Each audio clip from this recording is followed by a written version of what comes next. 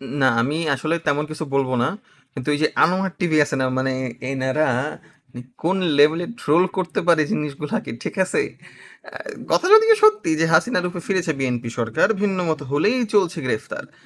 ব্যাপারটা আসলে সত্যি। কিন্তু ওনারা যেভাবে সুন্দরভাবে মানে উপস্থাপন করতেছে, মানে একদম লিপস্টিক-টিপস্টিক লাগায়া হাসিনা আব্বাকে এত সুন্দরভাবে উপস্থাপন করা হইছে লোকজনের সামনে, মানুষ আসলেই খুবই, খুবই প্রফুল্লিত হইছে।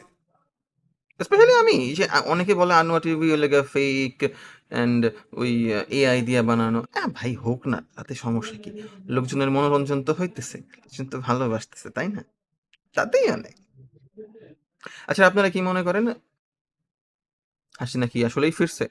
যদি হাসিনা কয়দিন পর, পর ওইখান থেকে আসে। আচ্ছা, নৌকা এবং ধান একই পথের পথিক হবে ইনশাআল্লাহ। হ্যাঁ, হয়ে গেছে, অলরেডি হয়ে গেছে। ওকে, আসলে আমি করাইনি, কিন্তু গ্রেফতার হয়ে গেছি। আচ্ছা, দ্যাটস জোস।